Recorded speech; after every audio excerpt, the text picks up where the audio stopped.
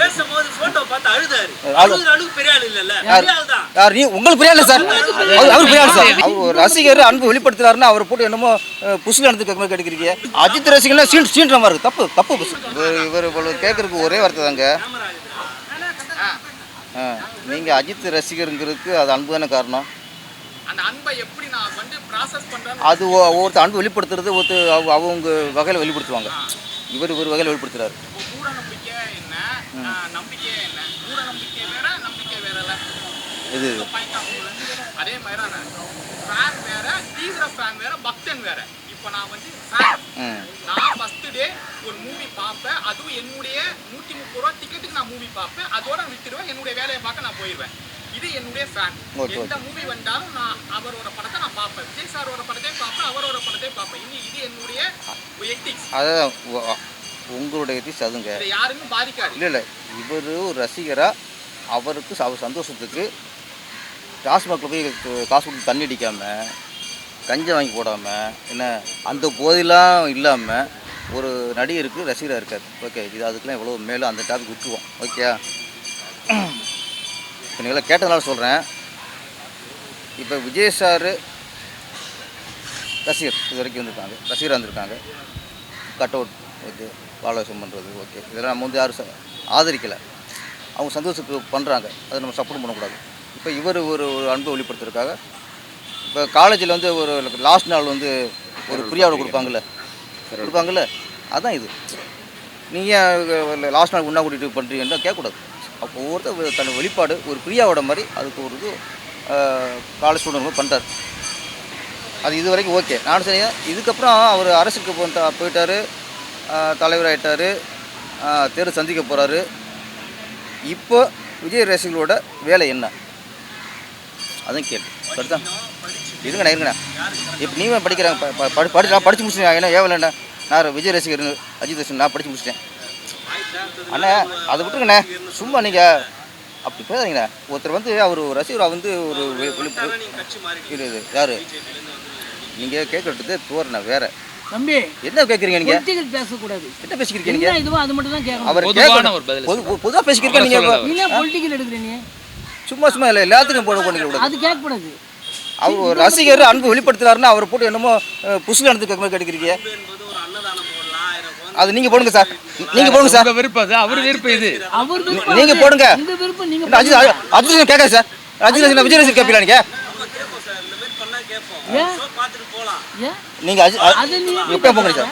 சும்மா போயிட்டு நீங்கள் அஜித் ரசிகர்னா சீன்ற மாதிரி இருக்கு. தப்பு தப்பு. ஒரு பையனை சொல்றாரு. பேசும்போது போட்டோ பார்த்து அழுதாரு. அழுகு பெரிய ஆள் இல்லல்ல. யார் நீ உங்களுக்கு பெரிய ஆள் சார். அவர் பெரிய ஆள் சார். நீங்க அப்படி கணிக்க கூடாது. உங்க அளவுகள் வேற, அவர் அளவுகள் வேற. ஐயா அவங்க பெரிய ஆள். உங்க அம்மா உங்களுக்கு பெரிய தாய் தெய்வம். எங்க அம்மா எனக்கு தாய் சார். அப்படிங்க சும்மா போட்டு சார். சின்ன பிள்ளை போட்டு ஓவரா அனுபவம் சும்மா என்ன சொல்ல வேண்டாம். சும்மா ஒரு கேட்குறது நீங்கள் பத்திரிக்கை தானே அது கேட்குற ஒரு தர்மம் இருக்கும்ல. சீன்ற மாதிரி கேட்கக்கூடாது. போய் அண்ணன் போட வேண்டிய என்ன அப்படின்னா நீங்கள் போடுங்க. நீங்கள் சம்பர் கேஸ் நீங்கள் போடுங்க சார். சும்மா போட்டு சொல்ல ஒரு மேட்ரே கேட்குறேன். விஜய் ரசிகர்களுக்கு என்னோட வேண்டுகோள், இப்போ தொண்டராக மாறிட்டீங்க. இப்போ இவர் உட்காரண்ணே. இப்போ நீங்கள் ஒரு தேட்டராக போய் பண்ணுறது உங்கள் விருப்பம். ஓகே, உங்கள் அன்பு வெளிப்பாடு. இப்போ அரசியல் வந்தால் தொண்டர் வந்து இப்போ நீங்கள் என்ன உங்களோட என்ன உங்கள் செயல்பாடு என்ன? படம் ரிலீஸ் ஆகும்போது தோரணம் கட்டினீங்க, ஓகே. இப்போ என்ன அவர் மக்கள் சேவை போயிட்டார். நீங்கள் எங்கே போறீங்க? ரசிகர் எங்கே போறீங்க? நீங்கள் என்ன பண்ண போறீங்க? என்னோட வேண்டுகோள் ஒன்றே தான். நீங்கள் அவருக்கு மாநாட்டுக்கு போய் போகலாம், அவருக்கு வரும்போது தோரணம் கட்டலாம், கட்ட விட்டு வைக்கலாம், என்ன பண்ணுறது. இன்றைக்கி ஒரு அரசியல்வாதிக்கு என்ன கொள்கை, என்ன கோட்பாடு, நல்லவனா கெட்டவனா அதெல்லாம் மீறி கடைசி எவன் ஓட்டுக்கு பணம் கொடுக்குறானோ அங்கே மக்கள் சாஞ்சிறாங்க. அதான் இன்றைக்கி விபரீதம். இங்கே நல்லவன்லாம் ஜெயிக்கிறது தான் கஷ்டம். எனக்கு கொள்கை இருக்குது, அப்படி இருக்குது, என்ன சொன்னாலும் சரி, கடைசி எவன் பணம் கொடுக்குறானோ அதுக்கு சில பேர் ஓட்டு போட்டுறாங்க. நடந்துக்கிட்டு இருக்கு. விஜய் ரசிகர்கள் வந்து என்னன்னா இந்த ஓட்டுக்கு பணம் கொடுக்குறத தடுக்கிறதுல தனி படையை வைக்கணுங்களா. அது விஜய் சார் வெளியே சொல்லணும். விஜய் சார் வந்து அவர் பேசுகிறாரு, ஒரு கட்சி பற்றி பேசுகிறாரு, ஒரு கட்சி விமர்சனம் பண்ணுறாரு. ஓகே, இந்த ஓட்டுக்கு பணம் வாங்குறது எவ்வளோ கேவலமான விஷயம், எவ்வளோ கேடுகட்ட விஷயம். ஓட்டுக்கு பணம் வாங்குறது நாட்டுக்கு கொண்ட துரோகம். ஃபஸ்ட்டு முதல்ல ஓட்டுக்கு பணம் வாங்கிட்டாலே நல்ல கட்டும் பார்க்க மாட்டாங்க. கொள்ளையடிச்சவன் பணம் கொடுப்பான், அவனுக்கு ஓட்டு போட்டுவாங்க. நான் சொல்ல இந்த கட்சி அது எந்த கட்சியும் இல்லை, பொதுவாகவே எந்த கட்சிக்காரன் பணம் கொடுத்தாலும் அது தடுக்கிறது ஒரு உண்மையான தொண்டு எனக்கு அழகு. விஜய் சார் வந்து நீங்கள் மாநாட்டில் யாரும் பேசுகிறத விட இந்த விஷயத்த திரும்ப திரும்ப பேசுங்க. உங்கள் ரசிகர்கள் சொல்லுங்கள், உங்கள் தொண்டர்களுக்கு சொல்லுங்கள். உங்கள் ரசிகர்களும் ஓட்டுக்கு பணம் கொடுக்குறத கண்காணித்து தடுத்தா தான் அடுத்த ஒரு தலைமுறை, அடுத்த ஒரு மாற்றம் வருமே தவிர இல்லைன்னா ஏமாற்றம் தான் வரும். இதை நான் விஜய் ரசிகர்கிட்ட விஜய் சார்ட்டையும் வேண்டிக்கிறது. அனைவருக்கும் வணக்கம். இது வந்து விஜய் ரசிகரோட ஒரு ஆதங்கத்தின் வெளிப்பாடு தான் இந்த ப்ரெஸ் மீட்டு. ஸ்ரீராம் ராஜு விஜய் சாரோட தீவிர ரசிகர். இன்றைக்கி இவர் ஒருத்தரோட மனநிலை தான் விஜய் சாரோட ஒட்டுமொத்த ரசிகர்களின் மனநிலை. இந்த ஜனநாயகம் தான் அவரோட கடைசி படம். அப்படிங்கும்போது ஒரு ரசிகர் எல்லாருக்கும் மன கஷ்டம் இருக்கும். இதுக்கப்புறம் நம்ம தளபதி நடித்த படங்களுக்கும் வராத இதான் கடைசி படம் அப்படிங்கிறது அது அது அது சந்தோஷமாக ஏற்றுக்க முடியாது. உண்மையாக ரசிகர் எல்லாருக்குமே அது வருத்தம் இருக்கத்தான் செய்யும். ஒரு விஷயம் ஜெகன் சார் சொன்னார், நல்ல ஒரு உதாரணம் சொன்னார். தொப்புள் கொடியை கட் பண்ணால் தான் குழந்தைய பார்க்க முடியும். 10 மாதம் கர்ப்பத்தில் இருந்தாச்சு. அது அடுத்து இன்னொரு உலகத்துக்கு வரும்போது அப்போ ஏதோ ஒன்று அறுபடம் இல்லை விடுபடம். 10வது படிக்கிறான், 10வது முடிச்சுட்டு +1 போகணும்னா ஹைஸ்கூல்லேருந்து வெளியேறணும், அங்கேயே இருக்க முடியாது. அது மாதிரி +2 முடிச்சுட்டு நம்ம காலேஜ் போகும்போது +2 நண்பர்களாக இருப்பாங்க, எல்லோரும் நண்பர்களாக தான் இருப்பாங்க. ஆளுக்கு காலேஜ் போவாங்க. அப்போ அந்த ஸ்கூலில் ஹையர் செகண்டரி ஸ்கூலில் நம்ம தாண்டி தான் போகணும். ஒரு மனிதன் அந்த பரிமாற்றம் தான் பரிமாண வளர்ச்சிமாங்க. ஒன்றே தேங்கி இருக்காமல் அடுத்த கட்டத்துக்கு போகிறதுங்கிறது தான் ஒரு மனிதனோட ஒரு மோட்டிவேஷன் இருக்க முடியும். நிறைவு பெற்றுட்டா அப்படியே தேங்கிடுவோம். அதனால் சினிமாவிலேருந்து சமூக சேவைக்காக, மக்கள் சேவைக்காக அவர் அரசியலுக்கு போடுறது வரவேற்புடைய விஷயம், வருத்தப்பட வேண்டிய விஷயம் இல்லை. ஆனால் ரசிகர்கள் வந்து ஆனால் நம்ம ஈஸியாக சொல்லிடுவோம். ஒரு பொண்ணை கட்டி விட்டு வச்சுங்களேன், அது ஒரு தாய் வீட்டில் இருக்கக்கூடாது.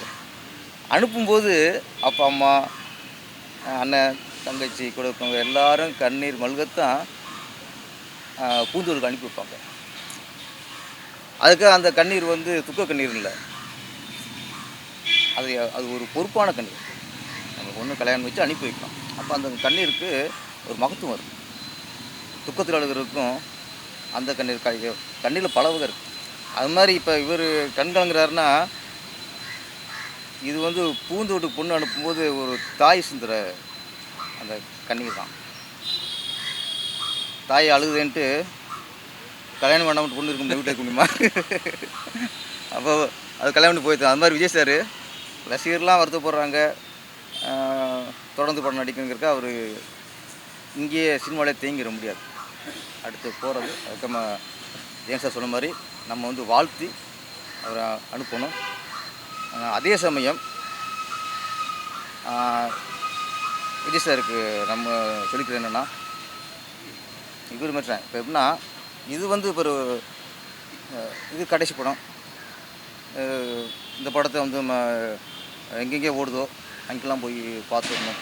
எத்தனை நாள் ஓடுதோ அத்தனை நாள் போய் நம்ம பார்க்கணும். அப்படிங்கிறது ஒரு ரசிகரனோட அன்பு, பாசம், பக்தி, இது வெளிப்பாடு. ஆமாம், ஆக்சுவலி இது வந்து ஒரு தடவை போகிறாரு. இது பயணங்கிறத விட இது ரசிகனோட யாத்திரைன்னு சொல்லலாம். யாத்திரை எவ்வளவு அன்பு இருந்தால், வெளிப்பாடு இருந்தால் ஒரு ரசிகர் வந்து இந்தளவுக்கு அவங்க வந்து மாவட்டமாக மாநிலமாக போகணும்னு ஒரு உத்தியோகம் இருக்கும்.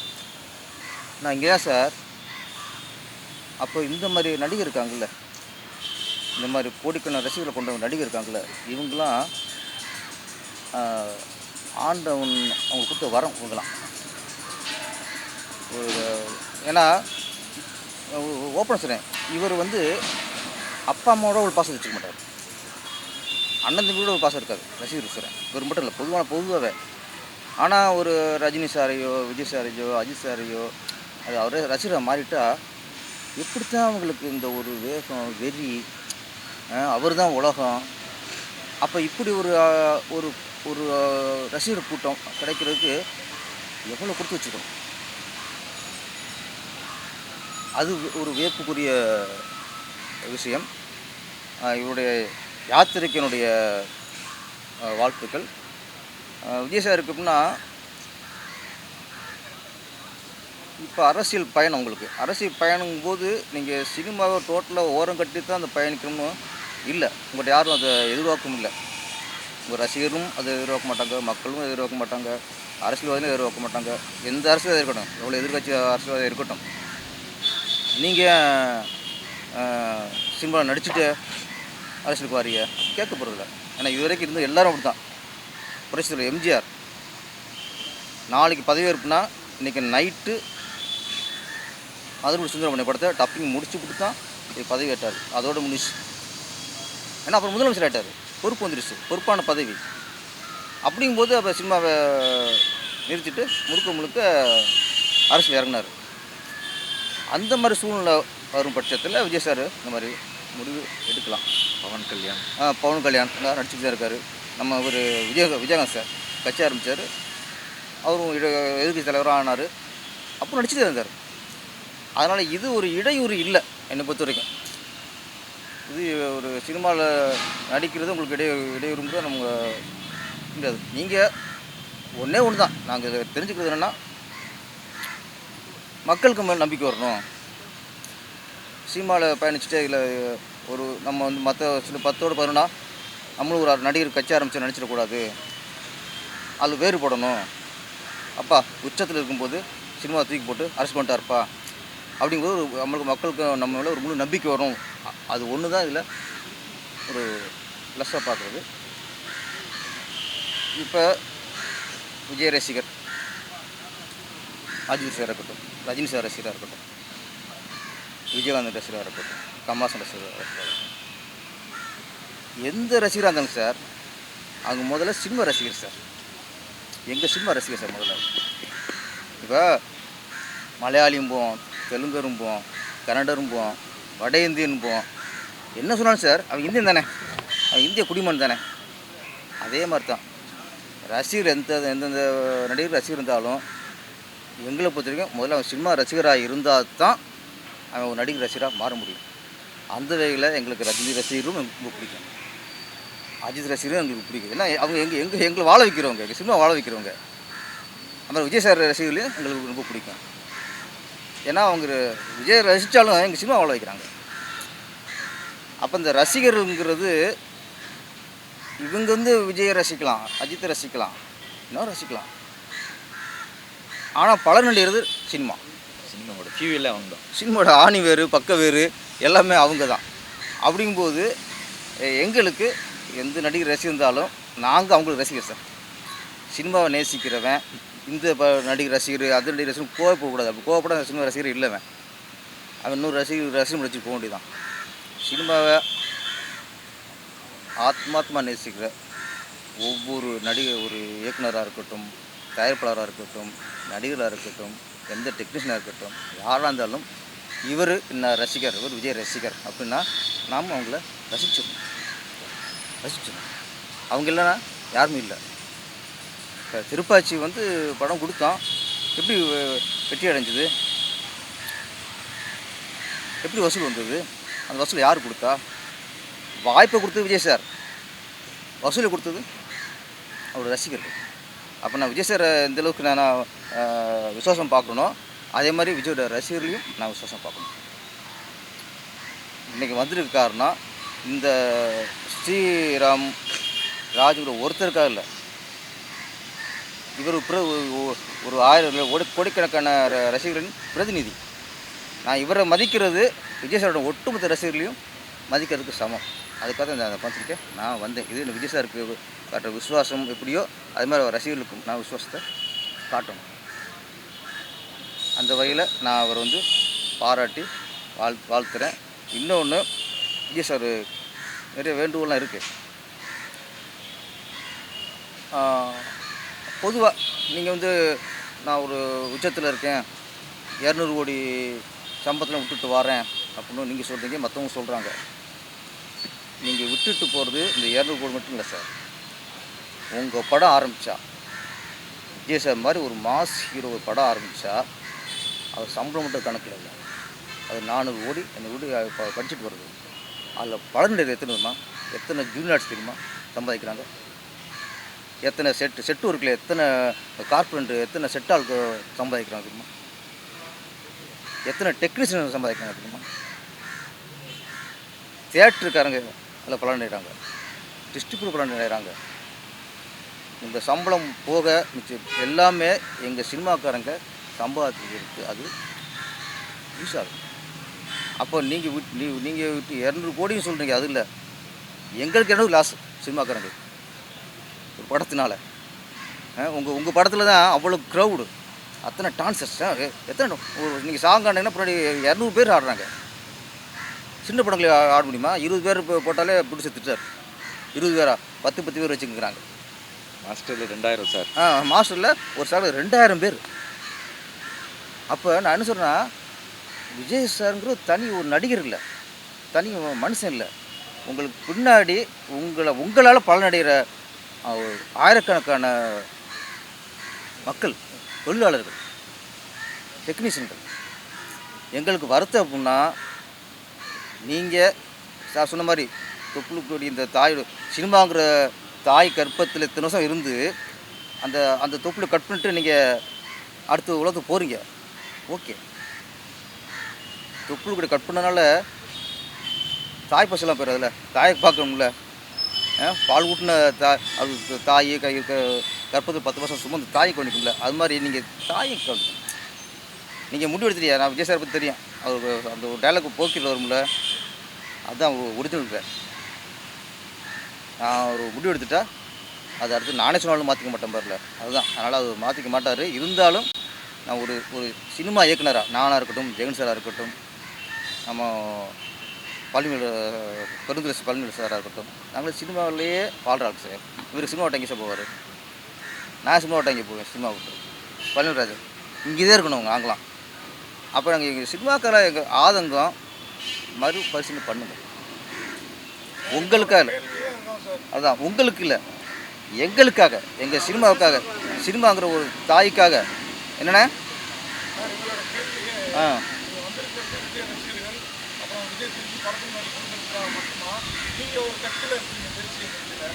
இங்கே இங்கே இங்கே இங்கே இங்கே ஒரு விஷயம், இங்கே வந்து நான் எங்கள் கட்சியை, நான் சினிமா கட்சி இப்போ தயவுசெய்து வேறு பாண்டவர்கள் இப்போ கேள்வி வைக்காது. நான் சினிமாக்கான பேசிக்கிருக்கேன், சினிமாக்கான பேசிக்கிருக்கேன், சினிமாவுக்காக பேசிக்கிருக்கேன், எங்கள் டெக்னீஷியனுக்காக, எங்கள் தொழிலாளருக்காக நான் பேசிக்கிருக்கேன், எங்கள் குடும்பத்துக்காக பேசிக்கிருக்கேன். அது அது அது வேறு, அது வேறு. அது நான் ஆஃபீஸ் போகிற மாதிரி இது சொந்த வீடு, இது கட்சிங்கிறது அது ஆஃபீஸு. அதனால் விஜய் சார் வந்து எங்கள் சினிமாங்கிறது உங்கள் தாய், உங்கள் அம்மா சோபா அம்மா எப்படியோ அதே மாதிரி தான் சினிமாவும் உங்களுக்கு. அதனால் கொஞ்சம் அதை மட்டும் பரிசீலனை பண்ணுங்கள். இது சினிமாவுக்கும் சந்தோஷமாயிரும், இந்த மாதிரி கண்கலங்க ரசிகர்கள் அவங்களுக்கும் ஒரு சந்தோஷமாயிரும். ஒரே வார்த்தை தான், நீங்கள் உங்கள் அரசியல் பயணத்துக்கு நீங்கள் சினிமா நடிக்கிறது எந்த வகையிலும் டிஸ்டர்ப் ஆகாது. அதுக்கு புரட்சித் தலைவர் எம்ஜிஆர் ஒரு உதாரணம், புரட்சி கலைஞர் விஜயகாந்த் ஒரு உதாரணம். அதனால் அதுக்கு சம்மந்தம் இல்லை. நீங்கள் ஒருவேளை நீங்கள் நினைக்கிற மாதிரி வெற்றி அடைஞ்சு நீங்கள் சினிமா ஆகிட்டிங்கன்னா அதுக்கப்புறம் நீங்கள் எம்ஜிஆர் மாதிரியே சினிமா ஓரம் கட்டிட்டு நீங்கள் முழுக்க மக்களோட பயணிங்க.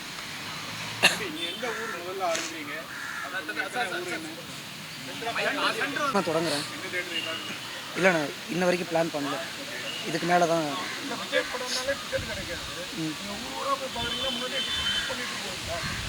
ஆமாங்க சார், இப்போது என்னோடய நாலேஜ்க்கு ஒரு 10 நாள் 15 நாள் ஃபுல்லாக ஹவுஸ்ஃபுல்லாக இருக்கும். அப்படிங்கிற பட்சத்தில் நான் இப்போ என்னோடய ஃப்ரெண்ட்ஸோட சப்போர்ட்டில் அந்த ஆன்லைன் புக் பண்ணுறதோ இல்லை நேரடியாக எப்படியோ கஷ்டப்பட்டு நான் வாங்கிடுவேன். அதுக்கு மேலே நான் புக்கிங் ஒவ்வொரு இதாக பண்ணிப்பேன். சார் இந்த டிக்கெட் விலை இருக்குல்ல, ஆமாம், 6000 ரூபாய் 7000 ரூபாய் மினிமம் 3000 ரூபாய் பேசுறாங்க. ஒரு சாதாரண ஒரு ஃபேன் அவனுக்கு அப்பா அம்மா காசுல தான் இன்னமும் ஒரு ஃபேன் என்றோம் அப்பா அம்மா காசுல தான் இருக்கிறான். அப்படி உள்ளவனுக்கு எப்படி ஒரு 3000 ரூபாய் 6000 ரூபாய் டிக்கெட் வந்து பார்க்க முடியும்? ஒரு ஃபேனா நீங்க பேசுங்க. ஆனால் ஃபேனாக அதேமாதிரி ஏழ்மை குடும்பத்தில் இருக்கவன் அந்த ரூபாய் கொடுத்து சுத்தமா பேசுங்க. ஒரு ஃபேனாக அந்த ஏழ்மை குடும்பத்தில் இருக்கவன் அவ்வளோ ரூபாய் கொடுத்து அந்த படம் பார்க்குறது சத்தியமாக கஷ்டமான விஷயந்தான். அவனுக்கு அது சந்தோஷமாகுது இல்லை, அதுக்கு அவன் திருப்திப்படுத்திக்கிறான். அந்த ஒவ்வொரு வீட்டுக்குள்ளே இருக்க பிரச்சனைகள் நான் பேச முடியாது. அவன் எப்படி அமௌண்ட் இது பண்ணுறான் அந்த மாதிரி எதுவும் சொல்ல முடியாது. இப்போ நானே எடுத்துக்கோங்க, நான் எப்படியாவது ஒரு படத்தை பார்க்கணுங்கிறது என்னை திருப்திப்படுத்துது. என் வீட்டில் காசு கேட்குறனாலும் என்னை கஷ்டப்படுத்தினது இல்லை, அவங்க கொடுத்துருக்குறாங்க. எனக்கு தெரிஞ்சது அவ்வளோதான், எப்படியாவது பார்த்துருவோம். அது ரொம்ப அவமானமா இல்லையா? சார் அதான் அதுக்கு உலக நாடுகளை யூஎஸ் போன்ற லண்டன் மாதிரி உலக நாடுகளை பார்ட் டைம் ஜாப் பார்த்து ஆமாங்க சார், படிப்பு கல்வி வளர்க்கக்கூடிய நாடு. ஒரு அப்பா அம்மாவோட தாலி அம்மாவோட தாலி செயினை விட்டு காசு சம்பாதிச்சு காலேஜ் ஃபீஸ் கட்டின சமூகம் தான் நம்ம தமிழ் சமூகம். ஒரு நடிகருக்கு பின்னாடி இப்படி போறது தப்பா இல்லையா? ஏன்னா தமிழ் சமூகம்னு இல்லைன்னா ஒட்டுமொத்த உலகத்தோட சைக்காலஜி அதுதான். நம்ம தனிப்பட்டு நம்மளே குத்திக்க வேண்டாம்.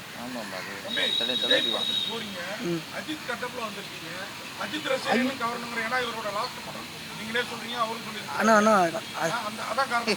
இல்லைண்ணா இல்லை சேஃப்டி பர்பஸ் இல்லை அண்ணா. ரெட் அண்ட் எல்லோ நான் பைக்கில் போகிறேன், முக்கியம் மோட்டார் சைக்கிள் நான் ட்ராவல் பண்ணுறேன். இது இல்லை பைக் நார்மல் தான். இது வந்து என்னோடய சேஃப்டி. தூரத்துலேருந்து பார்த்தாலும் ஒரு தெரியும், நைட்லேயும் கொஞ்சம் இதாகும். அந்த ஒரு சேஃப்டி பர்பஸ் பைக்கில் போகிறதுனால இது நான் சரி ஆமாம்.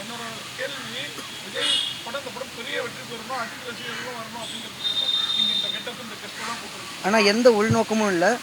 சார் சொன்ன மாதிரி தான் அவங்க சினிமாவை நேசிக்கிறாங்க, சினிமாவை நேசிக்கிற அந்த ரசிகர்களை நேசிக்கிறாங்க, வணங்குறாங்க. அப்படிங்கும்போது அவங்களுக்கு எல்லாரும் பொது தான்.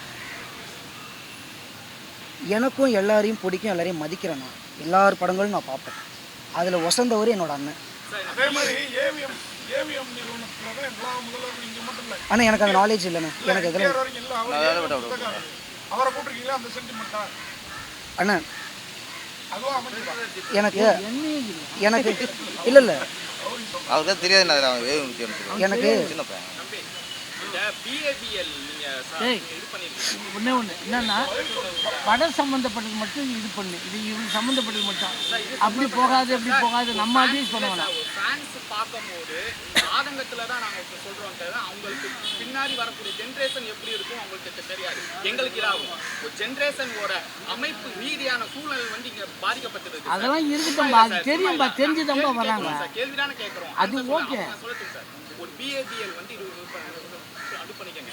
அந்த கோர்ஸுக்கு எவ்வளோ பெரிய ப்ராப்ளம், எவ்வளோ பெரிய சட்ட சிக்கல்கள் இருக்கும். சட்டம் படிப்பு என்பது சும்மா இல்லை, விளையாட்டா சட்டம் படிப்பு இல்லை. அப்படி நீங்கள் படிச்சுட்டு இப்போ ஊராக போய் விஜய் அண்ணா படத்தை பார்க்கணும்னு சொல்லக்கூடிய அந்த விஷயம் இருக்குது பார்த்தீங்களா? இதை நீங்கள் எப்படி பார்க்குறீங்க? இன்னொருத்தங்க பார்த்தா வந்து நானும் போகிறேன்னு சொல்லி 10 பேர் கிளம்பி நின்னாங்களா? அது சமுதாயத்தில் எப்படி ஒரு தாக்கத்தை ஏற்படுத்தும்? படிக்காதே இருந்துருக்கலாம்ல. ஆனால் என்ன கேள்வி, அவங்க 2 பேருக்கு வந்து வாய்ப்பு கொடுத்தாரு, அவங்க நன்றி இருக்காங்க. உங்களுக்கு என்ன பண்ணாரு? உங்க அப்பா அம்மா எதுவும் சொல்லியா? உங்க ஃப்ரெண்ட்ஸ் எதுவும் சொல்லியா? ஏன்னா எல்லா விமர்சனங்களும் இருக்குன்னு, எல்லா அட்வைஸும் இருக்குது, எல்லா ஆசீர்வாதமும் இருக்குது, எல்லா சப்போர்ட்டும் இருக்குது. ஆனால் உங்கள்கிட்ட ஒரு கேள்வி கேட்குறேன், அன்புனா என்னென்ன? காதல்னா இல்லை அப்பா அம்மான்னு இல்லை. இல்லைண்ணா அண்ணா நீங்கள் கேட்டீங்க, நான் பேசணுண்ணே. அன்புனா என்னென்ன? ஜென்ரலாக அன்புங்கிறது காதல், அது என்னன்னு உங்கள்கிட்ட கேட்குறேன் நீங்கள் கேட்டதுனால. அன்புனா நான் யார் மேலே அன்பு அதிகமாக வச்சிருக்கேனோ அவங்கள நான் ஏதாவது பண்ணணும். ஆக்டர் மேல அன்பு காமிக்கிறது ஒரு அன்பு மட்டும் கேட்டேன். அன்பு வைக்கலாம். அண்ணா ஒரே விஷயம், நானும் அஜித் ஃபேன் தான். அண்ணா நாங்களும் ஃபர்ஸ்ட் ஷோ மூவி பார்த்தோம். இப்போ தெரியுது, உள்நோக்கம் தெரியுது. இப்போ அவர்தான் கடவுள் நினைச்சு நாங்க பார்க்க மாட்டோம். நீங்கள் கேட்கக்கூடாது. ஆனால் அஜித் ரசிகர் வந்து விஜய் ரசிகர் கேட்கக்கூடாது. அதெல்லாம் பேசவே கூடாது. சரி அண்ணா அதை தான் சொல்றேன். இப்போ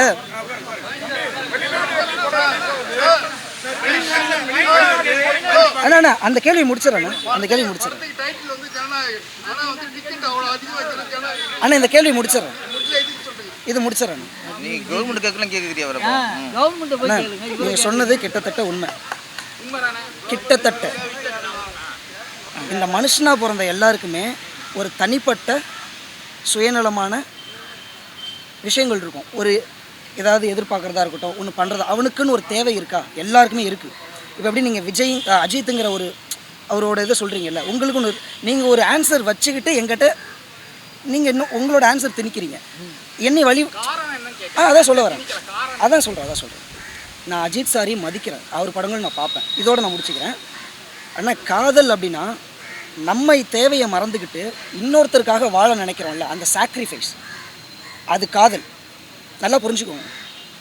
அவனுக்குன்னு ஒரு தேவை இருக்குது, இது உண்மை, யாரும் மறுக்க முடியாது. ஆனால் அதை மறந்துட்டு இன்னொருத்தருக்காக, அது அப்பா அம்மா காதலி தம்பி அண்ணன், இதில் எந்த உள்நோக்கமும் கிடையாது.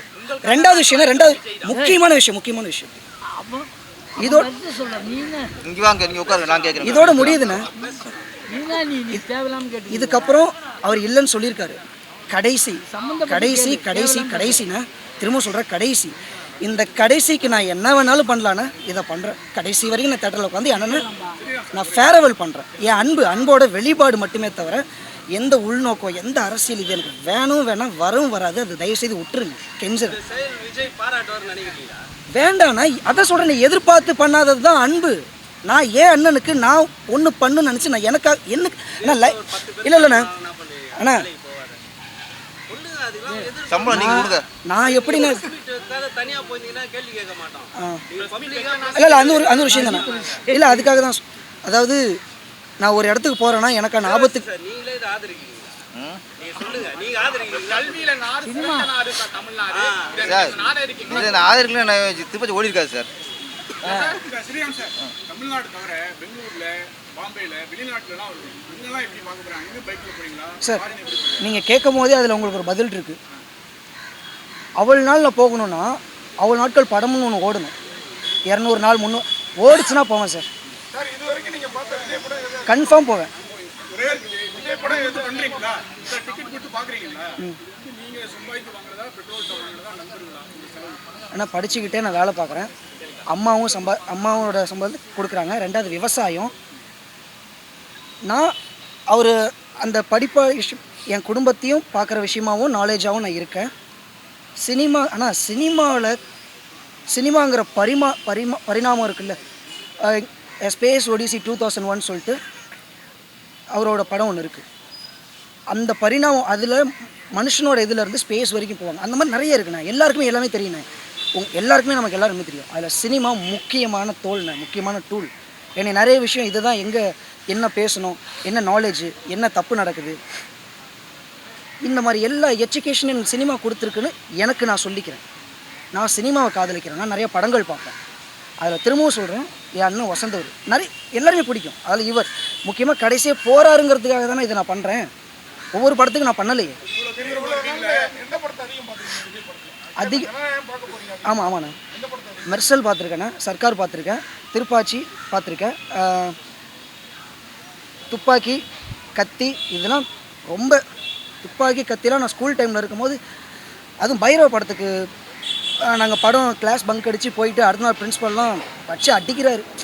இந்த மாதிரி மெமோரிஸ்லாம் எனக்கு இருக்குது. நான் ஒவ்வொரு படமும் முதல் நாளும் பார்த்துருவேன், டைம் கிடைக்கும் போது பார்த்துருவேன். பைத்தியம் கிடையாதுண்ணே.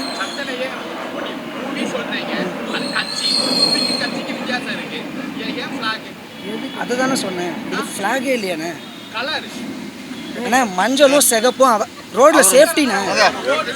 நீங்கள் நிஜமாலும் பாருங்க. ஆமாண்ணே அண்ணா, இது பளிச்சுன்னு தெரியும் ரோட்டில் போனால். கொடி பெண்ணு உங்களுக்கு அது கட்சி கொடி தான்.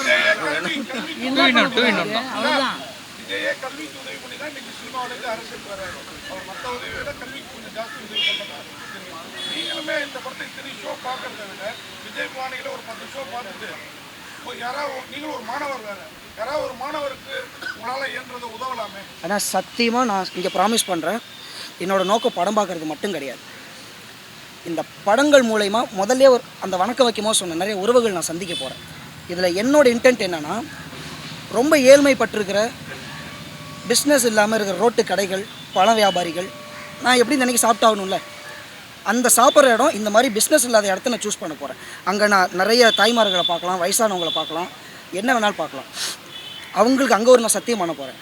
நான் ஒரு நாள் நிச்சயமாக வளரும் போது, இல்லை இப்பயே முடியும் போது, உங்களுக்கு நான் ஒன்று செய்கிறேன்னு சொல்லிட்டு ஒரு உறவுகளை ஏற்படுத்தி நீங்கள் கொடுக்குற அந்த சத்தியத்தையும் நான் கொடுக்க போகிறேன். நான் நிச்சயம் பண்ணுவேன்.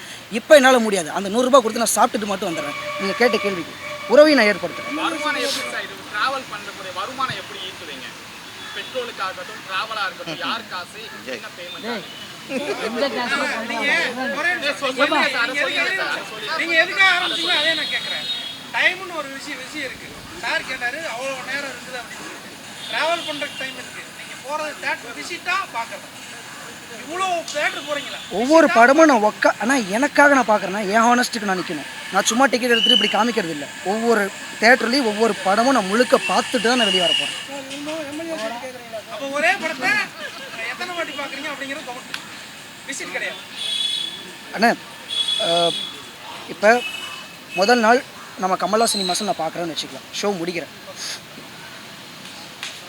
அங்கேருந்து அடுத்தது என்னோடய பயணம் இருக்குல்ல, அடுத்த டிஸ்ட்ரிக்கு, அங்கே போய் நான் செட் பண்ணணும், நான் சாப்பிட்ணும், எனக்கு டயர்டாகும், என் கூட சில பேர் வருவாங்க, அவங்கள கவனிக்கணும். இதுக்கு ஒரு டைம்னு ஒன்று ஆகும்ல, அந்த டைமு அடுத்த நாள் கொண்டு போயிருதா அங்கே அந்த தேட்டரு அது உள்ளே போய் பார்க்குறேன். இப்படி தான் அந்த ட்ராவல் பண்ணவும் முடியும். ஒரு நாள் அழைப்புக்கு நன்றி. இது ரொம்ப ஒரு டிஃப்ரெண்ட்டான ஈவெண்ட்டு. நான் கேள்விப்பட்டேன் தம்பி ஸ்ரீராம் இது மாதிரி பண்ணுறாருன்னு. அது கேட்ட உடனே ரொம்ப ஒரு டிஃப்ரெண்ட்டான ஈவெண்ட்டு. அண்ணன் கூப்பிட்டாரு. ஸோ கண்டிப்பாக வரணும்னு வந்திருக்கிறேன். ஸோ ஃபர்ஸ்ட் ஆஃப் ஆல் இவ்வளோ பெரிய எஃபர்ட்டு இவர் போட்டிருக்கிறாரு. அதுக்கு பாராட்டணும் இவரை ஃபஸ்ட்டு. ஏன்னா எந்த ஒரு சினிமாவை எடுத்தாலுமே சார், நான் ஒரு படம் பண்ணியிருக்கேன் அந்த நாள்னு. இப்போ சினிமான்றது நீங்கள் பார்த்தீங்கன்னா ஒரு ஒரு ஒரு ட்ரீம் வேர்ல்டு மாதிரி, ஒரு கனவு வேர்ல்டு மாதிரின்னு சொல்லலாம். ஏன்னா ஒரு சினிமாவில் மட்டும்தான் நீங்கள் எவ்ரிடே ஒவ்வொரு கேரக்டரு ஒவ்வொரு ரோலாக நீங்கள் ஆக்ட் பண்ண முடியும். ஒரு நாள் நீங்கள் டாக்டராக ஆக்ட் பண்ணலாம், ஒரு நாள் லாயராக ஆக்ட் பண்ணலாம், ஏன் ஒரு நாள் நீங்கள் போலீஸாக ஆக்ட் பண்ணலாம், இல்லை ஒரு நாள் கிரிமினலாக ஆக்ட் பண்ணலாம். அது மாதிரி சினிமாவில் நீங்கள் நிறைய கற்றுக்கலாம். அது நீங்கள் எந்த ஒரு ப்ரொஃபஷன்லேயோ எந்த ஒரு தொழிலையோ அது சாத்தியம் இல்லை. ஸோ அந்த மாதிரி நான் ஃபஸ்ட்டு படம் பண்ணும்போது அவ்வளோ என்ஜாய் பண்ணேன். அந்த சினிமா அந்த ப்ரோசஸ்ன்றதை அவ்வளோ என்ஜாய் பண்ணி தான் பண்ணேன். ஒவ்வொரு சினிமாலேயும் அவ்வளோ ஒரு எஃபர்ட் போட்டு தான் பண்ணுறாங்க. இப்போ நான் இப்போ ரீசெண்டாக போன வாரம் சாரோட படம் பேரரசு சாரோட படம் பார்த்துட்டு இருந்தேன், திருப்பாச்சி படம். நான் அது ஸ்கூல் டைமில் பார்த்துருக்கேன், ரொம்ப சின்ன பையன். ஆனால் இப்போ நான் போன வாரம் மறுபடியும் ஜஸ்ட்டு யூடியூப்பில் பார்த்துட்டு இருந்தேன். அதில் நீங்கள் பார்த்தீங்கன்னா அந்த 3 கேரக்டர் இருக்கும். அதாவது அந்த சனிய சகடை, பான்பராக் ரவி, அப்புறம் பட்டாசு பாலு. அவ்வளோ ஸ்ட்ராங்காக இருக்கும் ஒவ்வொரு கேரக்டரும். ஒரு வில்லன் ஒரு படத்தில் எவ்வளோ ஸ்ட்ராங்கோ அது ஹீரோவுக்கு அவ்வளோ பெரிய வெயிட்டு. அதுதான் நம்ம எனி ஒரு கமர்ஷியல் படத்தோட வெற்றி பார்த்தாலுமே வில்லன் கேரக்டர் அதில் ரொம்ப ஸ்ட்ராங்காக இருப்பாங்க. இப்போது திருப்பாச்சியாக ஆகட்டும், இல்லை கில்லியாக ஆகட்டும், இல்லை ரஜினி சார் பண்ண படையப்பா, இப்போ சிவாஜி, எல்லா படத்துலையும் நீங்கள் பார்த்தீங்கன்னா அந்த வில்லன் கேரக்டர் ரொம்ப ஸ்ட்ராங்காக இருக்கும். அப்புறம் சாரோட படம் புதிய கீதை அது நான் ரொம்ப சின்ன வயசில் பார்த்துருக்குறேன். அது மோட்டிவேஷனுக்கான படம். அந்த சாரதின்ற ஒரு கேரக்டர் எந்த அளவுக்கு ஒரு பாசிட்டிவ் திங்கிங்கில் இருப்பார். ஒரு பாசிட்டிவ் திங்கிங்னால எப்படி அவரோட விதியே மாற்றாருன்னு தான் ஒரு கதை. அதுவும் ஒரு அருமையான story. I think Amisha Patel பண்ணியிருப்பாங்க அதில். ஸோ இதில் நம்ம என்ன தான் ஒரு எஃபர்ட் போட்டு ஒரு படம் எடுத்தாலும் கடைசியாக அந்த படம் வெற்றியாக தோல்வியான்றது ஒரு ரசிகன் தான் அதை இது பண்ணுறான்.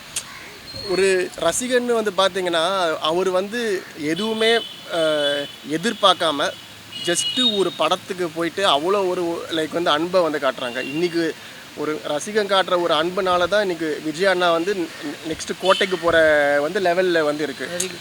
ஸோ இன்றைக்கி சினிமாவில் ஒரு மிகப்பெரிய அஸ்திவாரம் சொன்னீங்கன்னா லாஸ்ட்டில் அந்த ஃபேன் தான், ரசிகன் தான்.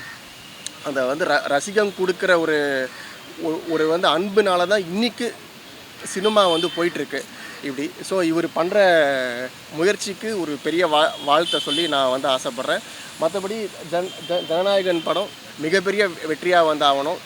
விஜய் அண்ணாக்கு அரசியலில் ஒரு பெரிய வெற்றியாக அமைஞ்சு அவர் ஒரு பெரிய பிளேஸுக்கு போகணுன்னு வாழ்த்துப்படுகிறேன். நன்றி.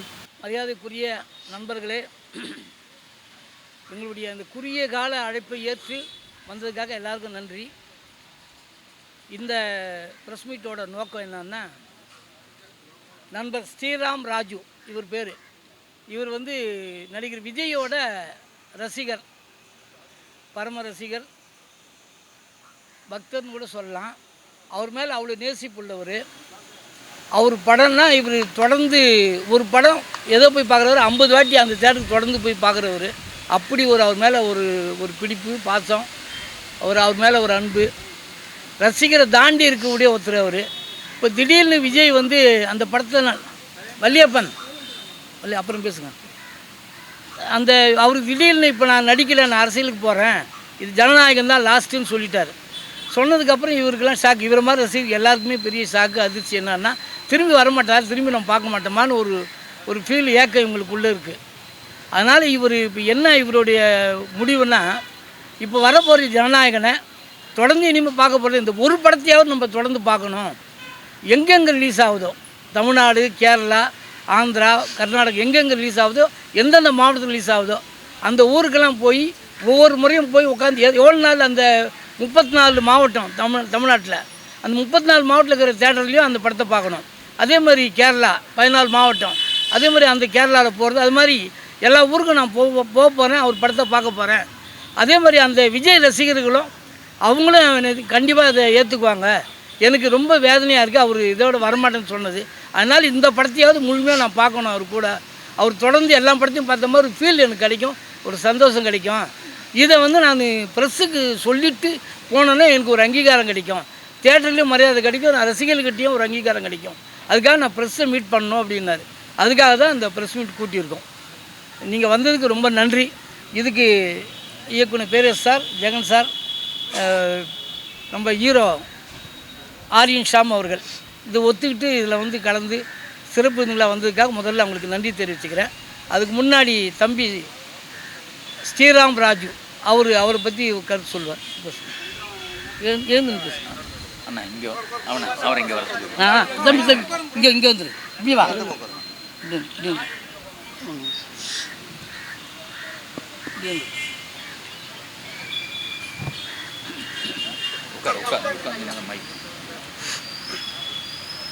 எல்லாருக்கும் வணக்கம். கூப்பிட்டு வந்து ஆனால் எல்லாருக்கும் முதல்ல ஆத்மார்த்தமான வணக்கம். எல்லாருக்கும் முதல்ல ஆத்மார்த்தமான வணக்கம். அண்ணா முதல் முறை இந்த மாதிரி கொஞ்சம் பதட்டமாக இருக்குது, ஏதாவது தப்பாக பேசினா மன்னிச்சிருங்க சார். எல்லாம் டிவியில் தான் பார்த்துருக்கேன், என்ன பேசுன்னு தெரியல. ரொம்ப நன்றி நீங்கள் எல்லாம் வந்ததுக்கு. பத்திரிகை நண்பர்கள், ஊடக நண்பர்கள், வெளிச்சமாக இருக்குது, சந்தோஷமாகவும் இருக்குது. ஆண்டவன் அருள் போல் நினைக்கிறேன். இந்த மீடியா மொத்தமாக அத்தனை கண்கள் மாதிரி இருக்குது. எனக்கு ரொம்ப சந்தோஷம் நீங்கள் வந்ததுக்கு. என் பேர் ஸ்ரீராம், பெரம்பலூர் மாவட்டத்தில் பூலாம்படிங்கிற கிராமத்திலேருந்து வரேன். ஆக்சுவலாக நான் ஒரு மாணவன் தான், லா படிச்சுட்டு இருக்கேன்.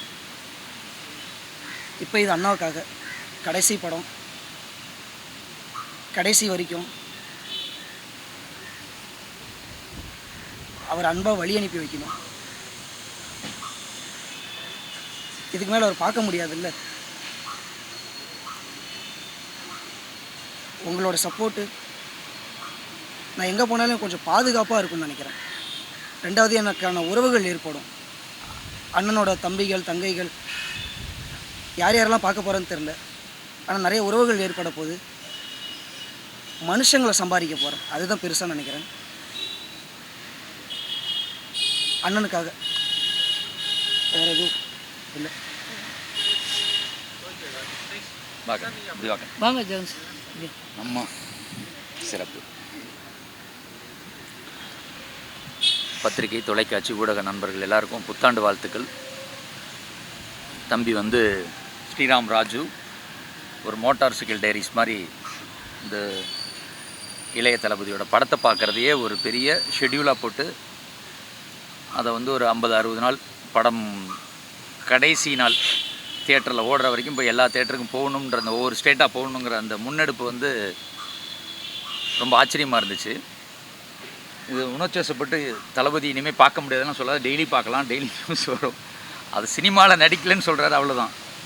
ஒரு அம்மா வயிற்றுலேருந்து ஒரு குழந்தை பிறகுது, அதுக்காக தொப்புள் கொடி கட் பண்ணாமல் இருக்க முடியுமான்னு. அந்த மாதிரி இன்னொரு இடத்துக்கு போகணுன்னா அவனை இழந்து அவன் படிக்கிறோம், காலேஜில் படிக்கிறோம், ஸ்கூலில் படிக்கிறோம், வேறு இடத்துக்கு போகணுன்னா அதுக்கு விட்டுட்டு தான் அங்கேயே இருக்குமே இருக்க முடியாதுல்ல. ஒரு மக்கள் பணிக்கு வராருன்னா அப்போ இதை விட்டு தான் ஆகணும். இதுக்கெல்லாம் வந்து அழுது எமோஷனல் ஆகக்கூடாது. நான் தம்பி மாதிரி இருக்கிற ரசிகர்களுக்கு என்னோடய அன்பான ஒரே ஒரு சின்ன வேண்டுகோள், உங்களுடைய தூய்மையான, அதாவது உங்கள் எல்லாருக்கும் தெரிஞ்ச விஷயம், தமிழ் நடிகர்கள் மட்டும், தமிழ் சினிமாவில் மட்டும் இல்லை, இந்திய சினிமாவில் இல்லை, உலக சினிமாலேயே இளைய தளபதி மாதிரி ஒரு வெறி கொண்ட கோடிக்கணக்கான இதயங்களை வச்சிருக்கிற ஒரே ஒரு நடிகர் அப்படின்னா அது வந்து இவர் தான் சொல்ல முடியும். உலகம் முழுக்க எந்த ஹாலிவுட் எடுத்துக்கிட்டால் கூட இப்படி இருக்க மாட்டாங்க. அவ்வளோ லவ், அவ்வளோ அன்பு, கண் கலங்கி இந்த மாதிரிலாம்.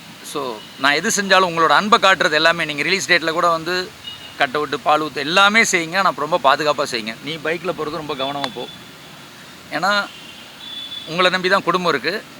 ஸோ நீங்கள் செய்கிற ஒவ்வொரு நல்ல விஷயமும் அவருக்கு நல்லதாக முடியணும், அவருக்கு நன்மையாக சேரணும். நீ உங்களோட அன்பு வந்து அவருக்கு எதுவும் தொந்தரவு கொடுத்துடக்கூடாது. ஸோ அந்த அன்பை வந்து நல்ல வழியில் ரொம்ப பாதுகாப்பாக செய்யுங்க எல்லா விஷயத்தையும். இது என்னுடைய அன்பான வேண்டுகோள்.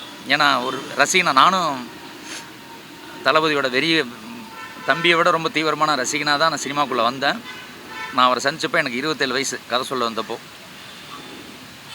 2003 நினைக்கிறேன். அந்த 2003 மே 8 அந்த படம் ரிலீஸ் ஆச்சு, 23 வருஷத்துக்கு முன்னாடி. ஸோ நான் தளபதி வந்து அவர் புதிய கீதை. ஸோ தளபதி வந்து சினிமா விட்டு போகிறது அப்படின்றதுல வந்து எனக்கு அதில் வருத்தமே இல்லை. ஏன்னா அவர் இங்கே நிறையா சாதிச்சாச்சு, ரெக்கார்ட் பண்ணியாச்சு. அதுக்கப்புறம் இன்னும் நிறையா ரெக்கார்ட் பண்ணுறதுக்குன்னு இன்னொரு விஷயத்தை நோக்கி போகிறாரு. அதுக்கான முதல்ல வாழ்த்துவோம் சந்தோஷமாக. அதை வந்து ரொம்ப சினிமா விட்டு போகிறாருன்னு துக்கமெல்லாம் நான் எடுத்துக்கவே இல்லை அதை.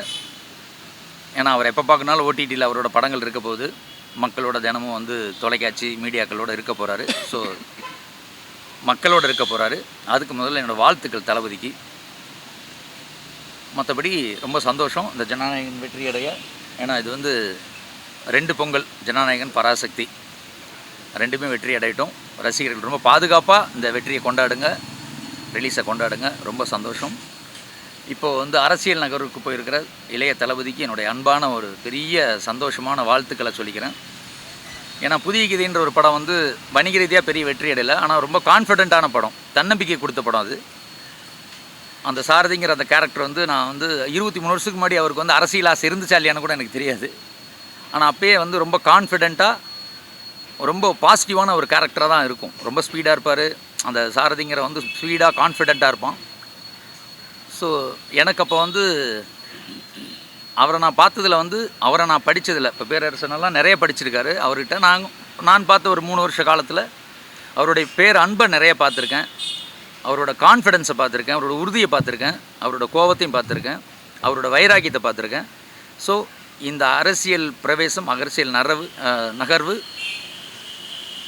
எனக்கு பெரிய சந்தோஷத்தையும் உற்சாகத்தையும் கொடுக்குது. வாழ்த்துக்கள் அவருக்கு.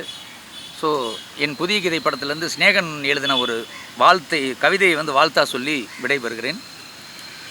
அது தளபதி அவர்களால் பேசப்பட்ட வசனம். அது வந்து ஐஐடியில் வந்து, சென்னை ஐஐடியில் வந்து ஒரு 15 நிமிஷம் செல்ஃப் கான்ஃபிடென்ஸ்க்கு அந்த படத்தோட முக்கியமான போர்ஷன்லாம் வச்சுருந்தாங்க. அதில் ஒரு கவிதை தான் அது.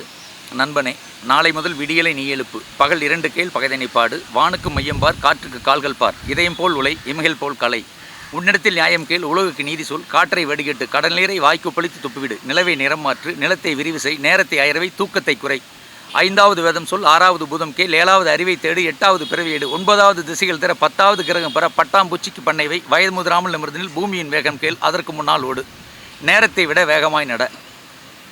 இளைய தளபதிக்கு என்னுடைய அன்பான வாழ்த்துக்கள். நன்றி.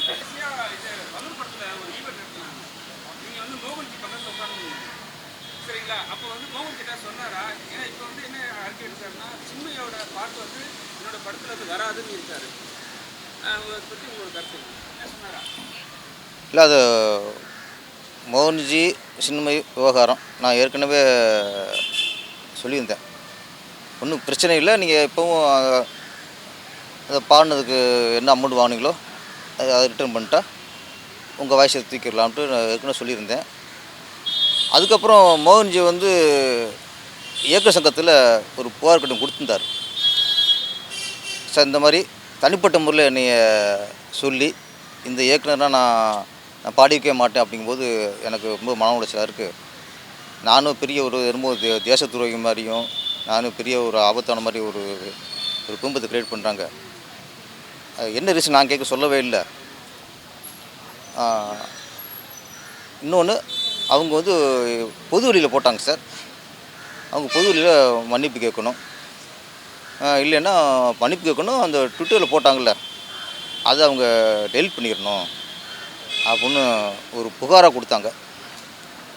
இப்போ நாங்களும் அப்புறம் அதை பெப்சிக்கு அனுப்பி பெப்சியும் சைட்லேயும் பேசினாங்க. அப்புறம் எங்கள் இயக்குநர் சங்கம் சைட்லையும் பேசினோம். ஆனால் சின்மயி மேடம் வந்து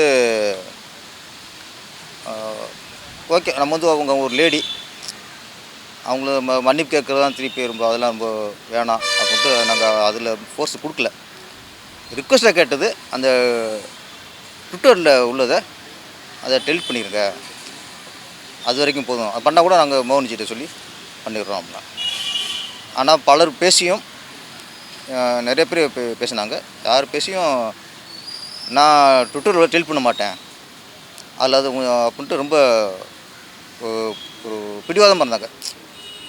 ஒரு பண்ண மாதிரி தெரியல. அப்புறம் மோகன்ஜி திருப்பி என்ன சார் நாப்பில் அப்போ சொன்னேன் சார், அவங்க ஏற்கனவே பல விஷயத்தை கலந்து வந்திருக்காங்க, நம்ம ரொம்ப அவங்களும் ஃபோர்ஸ் பண்ணக்கூடாது அப்படின்னா. இப்போ என்ன சார் பண்ணலான்ட்டு அப்புறம் நான் சொன்னேன், இனிமேல் உங்கள் இஷ்டம், அவங்க டெலிட் பண்ண மட்டும் சொல்லிட்டாங்க. இப்போ சங்கம்லாம் போய்ட்டு ரொம்ப ப்ரெஸ்ஸெல்லாம் கொடுத்து பண்ணால் நல்லா இருக்காது. அந்த அவங்க வாய்ஸு நீங்கள் வச்சுக்கிறதா இல்லை எடுத்துக்கிறாங்கிறது அது உங்கள் இஷ்டம். நான் எடுங்கன்னு சொல்ல மாட்டோம், கண்டிப்பாக வச்சதுன்னு சொல்ல மாட்டோம். இது ஒரு இயக்குனராக நீங்கள் ஒரு முடிவு எடுத்துக்கங்க அப்படின்னு சொல்லிட்டோம். அதுக்கப்புறம் தான் அவர் சரி சார் இந்த என்னை வந்து தனிப்பட்ட முறை சொல்லி அதுக்கப்புறமும் அந்த வாய்ஸ் வச்சு தான் நான் ரிலீஸ் பண்ணுங்கிறதுலாம் நல்லா இருக்காது. அவங்க டெலிட் பண்ணாட்டோ பரவாயில்ல சார், நான் வாய்ஸை தூக்கிறேன் சார் அப்படின்னாங்க. அப்படி சொல்லித்தான் அவர் வாய்ஸ் தூக்கிட்டார்.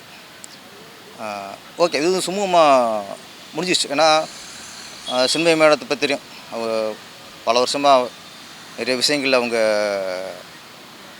கொஞ்சம் சில சங்கமும் கூட தப்பி கூட பேச விடாமல் வச்சுருந்துச்சு. எல்லாம் அளவுக்கு மீறி வந்திருக்காங்க.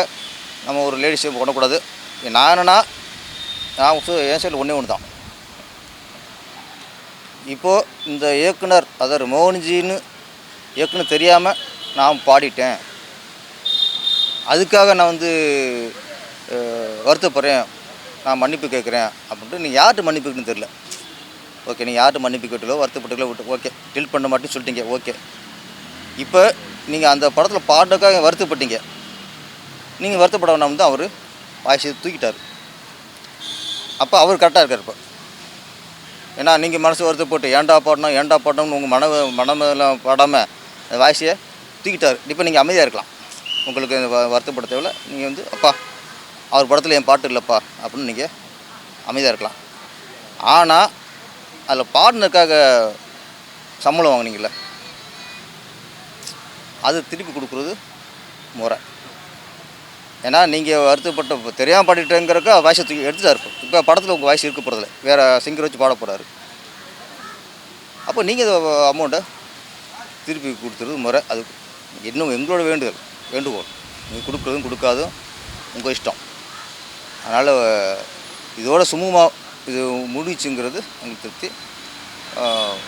மோகன்ஜிக்கும் இதை பெருசு பண்ணாமல் கரெக்டாக ஒரு சுமூகமாக அவரும் போயிட்டார். அவருக்குடைய இயக்குநர் சங்கம் சார்பாக அவருக்கும் நன்றி.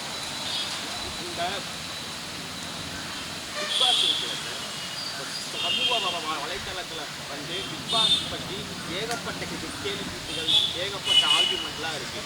ஒரு சமூகத்துக்கு வந்து இந்த அளவுக்கு சமூகம் சார்ந்த விஷயங்கள் இருப்பாங்களான்னு ஒரு பயப்படவே வைக்கிறது. இதை பற்றி உங்களை இயக்குனராக உங்களை கருத்து சார்? இப்போ பிக் பாஸில் உள்ள நடக்கிற நிகழ்வுகள் வந்து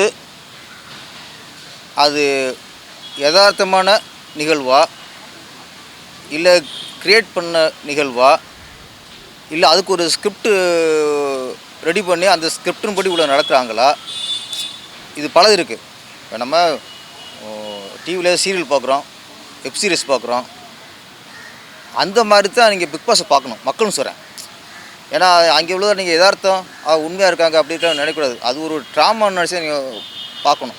நீங்கள் ரொம்ப நீங்கள் பார்த்துட்டு எமோஷன் ஆகிட்டு இப்போ வெப் சீரியலில் வந்து ஒருத்தன் வந்து ஒரு பொண்ணு வந்து ஒருத்தனை கொலை பண்ணுது. அதை எப்படி பார்க்குறோம்? அது சினிமாவை பார்த்துறோம், வெப் சீரிஸை பார்க்குறோம், ஒரு இதில் சீரியலை பார்த்துறோம், ஒரு கற்பனை கதாபாத்திரம் பார்க்குறோம்ல. என்னை பொறுத்த வரைக்கும் பிக் பாஸ் அப்படிங்கிறத நீங்கள் ரொம்ப போட்டு அதில் போட்டு மக்கள்லாம் போயிட்டு உண்மையிலே அப்படி இருக்காங்களா நீங்கள் நினைக்காதீங்க. அவங்க வந்து டிஆர்பி அதிகமாக இருக்கும், அந்த ஷோ சக்ஸஸ் ஆகிறதுக்கும் சில இதெல்லாம் ப்ளேலாம் பண்ணுவாங்க. நம்ம மக்கள் வந்து போயிட்டு அதெல்லாம் நம்பக்கூடாங்கிற என்னோட இது. அப்படியே அப்படி யதார்த்தமாக இருந்தால் கூட ஒரு ஸ்டேஜ் வரைக்கும் தான் அனுமதிக்கணும். அங்கே உள்ளது இப்போ இருக்கிறவர் நம்ம சினிமாத்துறையை சேர்ந்த பிரபல ஹீரோ விஜய் சேதுபதி. விஜய் சேதுபதி அப்படிங்கிறது இன்றைக்கி ஒரு முக்கியமான ஹீரோ இன்றைக்கி சமூகத்தில், திரையுலகில். அப்போ அவர் இருக்கும்போது எப்படி கமல்ஹாசன் இருந்தாரோ அதுக்கப்புறம் இன்றைக்கி விஜய் சேதுபதி உள்ளே இருக்கார். அப்போ அவருக்கு சமூக பொறுப்பு இருக்குது. நீங்கள் விஜய் சேதுபதி வந்து உங்கள் படத்தில் என்ன வேணால் கரெக்டாக நடக்கலாம். நீங்கள் கொலாரம் நடிக்கலாம், போலீஸ்காரன் நடிக்கலாம், லவ்வராக நடிக்கலாம், என்ன கரெக்டாக நடிக்கலாம். ஆனால் இது வந்து விஜய் சேதுபதியோட ஒரிஜினல் வருஷனை தான் மக்கள் பார்க்குறோம். விஜய் சேதுபதி தான் நாங்கள் பார்க்குறோம், நாங்கள் இங்கே கேரக்டரை பார்க்கல. அப்போ நீங்கள் அங்கே உங்களுக்கு விஜய் சேதுபதிங்கும்போது அது பொறுப்பு இருக்குது. நீங்கள் படத்தில் நடிக்கிறது என்ன கரெக்டாக நடிக்கலாம்னு சொல்ல முடியாது. திரு நடிக்காதிய, கொலாரம் நடிக்காதிய, அது சொல்ல மாட்டோம். அதுவும் நீங்கள் ஒரு நடிகர் வந்து என்ன கரெக்டாக நடிக்கலாம். ஆனால் பிக் பாஸில் விஜய் சேதுபதிங்கிறது மக்கள் செல்வாக்கு உள்ள ஒரு நடிகர், பொறுப்புள்ள ஒரு நடிகர். சார், அப்போ நடிகர் சொல்கிறீங்க, லேப்டாப் வாங்குற விஷயத்தில் வந்து நீங்கள் பார்த்தீங்கன்னா கவர்மெண்ட் லேப்டாப் கொடுக்குறாங்க. அதில் வந்து சினிமா நிகழ்ச்சிக்கு என்ன சம்மந்தம்? ஏன் அவங்க அங்கே போகிறாங்க? லேப்டாப் மட்டும் இல்லை சார், சமூகத்தில் இப்போ சமீபத்தில் நடக்கிற எல்லா அரசு விழாக்களும் ஒரு சினிமா விழாவாக தான் நடக்குது. கல்வியில் சிறந்த தமிழ்நாடு அந்த மேடையில் யார் யார் இருந்துச்சா? ஆயிடுச்சாங்க பார்ப்போம். அந்த மேடையில் யார் இருந்தா? பெரிய கல்வியாளர் இருந்தாங்களா? பெரிய பேராசிரியர் இருந்தாங்களா? பெரிய கல்வி மேதைகள் இருந்தாங்களா? அங்கே யார் இருந்தா? எல்லாம் சினிமாக்காரங்க. அதுக்கப்புறம் மகளிர் அணின்னு ஒரு அது நீங்கள் அங்கே அரசுட்டு கேட்கணும். நானும் அதுதான் கேட்குறேன். சினிமா வேறு கல்வியாளர்கள் யாரும் இல்லையா? கல்வியில் சிறந்த தமிழ்நாடுன்னா கல்வி எப்படி சிறந்துச்சுன்னு அவங்க பேசணும். அங்கே சினிமாக்காரன் அப்போ எல்லாமே சினிமா நிகழ்ச்சியாகவே இருக்குது சார். இப்போ அந்த மகளிர் மாநாடுன்னு போட்டாங்க, அதில் மேடையில் பார்த்தா அதுலேயும் சினிமா நடிகைகள் தான் அதிகமாக இருந்தாங்க. இப்போ லேப்டாப் வழங்குறதுல எத்தனை மந்திரி இருக்காங்க, தமிழ்நாடு எத்தனை பெரிய ஆளுங்களாம் இருக்காங்க. ஏன் நான் விடுங்க, உங்கள் கூட்டணி கட்சியில் எத்தனை பேர் இருக்காங்க? நீங்கள் அவங்களுக்கு கூப்பிட்டு பேச வச்சு நீங்கள் கொடுக்கலாம். நீங்கள் எல்லா அரசு விழாக்களும் இன்றைக்கி சினிமா விழாக்களாக மாறிக்கிட்டு இருக்குது. அது ஏன்? ஆனால் சினிமாவுக்கு நல்லது பண்ண மாட்டேங்குது. ஒரு படம் சின்ன படம் ரிலீஸ் ஆக முடியல, தியேட்டர் கிடைக்க மாட்டேங்குது. சினிமாவில் 1000 பிரச்சனை இருக்குது, பிடிச்சிருக்கு 1000 பிரச்சனை இருக்குது. ஒரு படத்தை எடுத்து ரிலீஸ் பண்ணுறதுக்கு அவ்வளோ பிரச்சனை இருக்குது. இதிலெல்லாம் உங்களுக்கு சினிமாவில் அக்கறை இருக்க மாட்டேங்குது. உங்கள் விழாக்களுக்கு மட்டும் சினிமாக்காரன் தேவை. சினிமாக்கா என்ன வேறு என்ன நீங்கள் ஹெல்ப் பண்ணிங்க? எங்களுக்கு என்ன ஹெல்ப் பண்ணிங்க? சிறிய படங்க எத்தனை தவிக்குது, அதை சீரமைக்கிறீங்களா? இந்த இப்போ சல்லியர்கள்னு படம், தமிழ் சார்ந்த படம், ஒரு இலங்கை தமிழோட வழியை சொல்கிற படம். அதுக்கு தியேட்டர் இங்கே கிடைக்கல. அந்த ரிலீஸ் பண்ணுறது பிடிச்சதெல்லாம் தெருவில் வந்து கத்துறாங்க, தெருவில் வந்து கதறாங்க. என்னதுன்னு கேட்குறீங்களா? அப்போ இதெல்லாம் சினிமாவுக்கு எந்த நன்மை செய்ய மாட்டேங்கிறீங்க. ஆனால் சினிமாக்காரனை வச்சுட்டு ஒவ்வொரு நிகழ்ச்சியும் அரசு விழாக்கள் பண்ணிக்கிட்டு இருக்கீங்க. சார், சின்மை வந்து இப்போ நீங்கள் சொல்லிட்டீங்க, எனக்கு புரிய முடியாது. ஆனால் சின்மைக்கு மட்டும் யாருமே இந்த ஆக்ஷன் எடுக்கவே மாட்டாங்க. மியூசிக் சங்கத்தில் கூட எடுக்க மாட்டாங்க. ஏன்னா ஏற்கனவே ஒரு பிரச்சனை பண்ணுறாங்க. இல்லை சார், ஆனால் காசு வாங்கிடுறாங்க, ஆனால் பாட்டு பாடிடுறாங்க. கேட்டால் வந்து இவர் இருந்தால் நான் பாட்டு இருக்க மாட்டேன், தெரிஞ்சுட்டா பாட்டுக்க மாட்டேன்றாங்க. அது எந்த விதத்தில் சரியாக இருக்கும், நியாயம்? இப்போ அது நம்ம சின்மை அவங்க ஏற்கனவே நிறைய பிரச்சனை சந்திச்சதுனால நம்ம ரொம்ப ஃபோர்ஸ் அவங்கள்ட்ட ஸ்டெப் எடுக்க முடியல. ஏன்னா அவங்க உண்மையிலே மனதை பாதிக்கப்பட்டிருக்கலாம், ரொம்ப மன அழுத்தத்தில் இருக்கலாம். அப்படி இருக்கும்போது நம்ம ரொம்ப போய் ஒரு 1000 தான் இருந்தாலும் ஒரு பொண்ணுங்கிற ஒரு இது வந்துடுது. நம்ம போய் திருப்பி ஸ்டெப் எடுத்து அவர் சில விஷயத்தில் நம்ம சுமூகமாக தான் போடுது சார். ஒரு பெண்ணுங்கிற முறையில் சுமூகமாக தான் போட்டு இருக்குது. நான் வந்து ஒரே ஒரு விஷயந்தான் சினிமா மேடத்தில் நான் கேட்க வேண்டிய விஷயம். ஓகே, உங்களுக்கு ஒரு சித்தாந்தம் இருக்கும், தப்பு இல்லை. ஒவ்வொருத்தர் கொள்கை அடிப்படையில் இருப்பாங்க. சிலர் வந்து நாத்தியத்தில் தான் இருப்பாங்க, அவங்க வந்து ஆன்மீக பற்றி நடிக்க மாட்டாங்க. சிலர் வந்து ஆன்மீக பயங்கர ஈடுபாடாக இருக்கும், அவங்க நாத்தியம் அப்படி கேரக்டர் நடிக்க மாட்டாங்க. இப்போ எம்ஜிஆர்லாம் பார்த்தா அவருக்கு குடிப்பழக்கம் இருக்காது, ஆனால் குடியார் நடிக்க மாட்டார், சிகரெட்டுக்கு குடிக்க மாட்டார். இது ஒவ்வொருத்தருக்கும் ஒரு சித்தாந்தம், அது மீறி அவங்க கலைத்துறையில் நடிக்கணும், பாடணும் அப்படிங்கிறதெல்லாம் நம்ம வற்புறுத்த முடியாது. இப்போ அவர் மோகன்ஜி கேட்குறது ஒன்றே ஒன்று தான், இவர் படம்னா பாடியிருக்க மாட்டேன் அப்படிங்கிறாரு. அப்போ என் மேலே என்ன குற்றச்சாட்டு, அதை நானே தெரிஞ்சுக்கணுங்கிறார். இப்போ பொதுவாக நான் கேட்டேன்னா, இப்போ மோகன்ஜினா பொதுவாக என்னென்னா ஒரு ஜாதி முத்திரை பதிந்த ஒரு இயக்குனர் அப்படின்னு நினச்சிருக்கலாம்.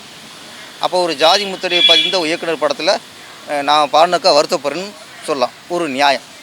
ஓகே, அப்பா அவங்களுக்கு ஒரு சித்தாந்தம் இருக்குப்பா, ஒரு ஜாதி முத்திரை பதிந்த ஒரு இயக்குனர் படத்தில் பாடக்கூட சித்தாந்தம் இருக்குப்பா, ஓகே. அது வந்து ஏன் அப்படின்னா அதுக்கு கேட்க மாட்டோம், அது அவங்க இஷ்டம் சார். ஒரு ஒரு ஒரு ஒரு மத சார்ந்த படத்தில் பாட மாட்டேன், ஒரு ஜாதி சார்ந்த படத்தில் பாட மாட்டேன், அது அவங்க இஷ்டம். அது வந்து நம்ம கேள்வி கேட்கக்கூடாது. ஆனால் இதுக்கு முன்னாடி மாரி செல்வராஜ் படத்தில் பாடினீங்கல்ல, லைவில் வந்து பாடினீங்கல்ல, அப்போ மோகன்ஜி மேலே ஜாதி முத்திரை இருந்துக்குன்னா இன்றைக்கி இண்டஸ்ட்ரியில் மாரி செல்வராஜ் மேலேயும் அந்த ஜாதி முத்திரை இருக்குது, ஜாதி முத்திரை பதிந்த ஒரு இயக்குனர் தான். அப்போ அவர் படத்தில் ஏன் பாடினீங்க அப்போ சொல்லுங்கள். இவர் ஜாதி முத்திரை பாடினா அப்போ அங்கேயும் பாடிடக்கூடாது. அப்போ நாங்கள் இந்த சித்தாந்தத்தை நாங்கள் வரவேற்போம். ஒன்றே ஒன்று தான், இந்த இயக்குனர் படத்தில் பாடவே இந்தந்த இயக்குனர் படங்களை நான் பாட மாட்டேன்னு உங்களுக்கு சித்தாந்தம் இருந்துச்சுன்னா நீங்கள் முதல்ல கேட்க வேண்டிய கேள்வி, இந்த படத்தை இயக்குனர் யார், அதான் கேட்கணும். நமக்கு ஒரு இயக்குனர் நான் இப்போ எந்த யார் இயக்குனர் இருந்தால் பரவாயில்ல, என் பாரு என் தொழில் அப்படின்னு பாடிட்டே இருக்கவங்களுக்கு அது பிரச்சனை இல்லை. சில இயக்குனர் படத்தில் பாடினதுக்காக நீங்கள் வருத்தப்படுறீங்கன்னா அப்போ நீங்கள் சில இயக்குனர் பாடக்கூடாதுன்னு ஒரு சித்தாந்தம் இருக்குது. இன்னார் படத்து இயக்குனர் தான் பாடுவேன், இன்னார் இயக்குனரில் பாட மாட்டேன். அப்போ முதல் கேள்வி, இதுக்கு யார் இயக்குனர்னு கேட்க வேண்டியது உங்களுக்கு.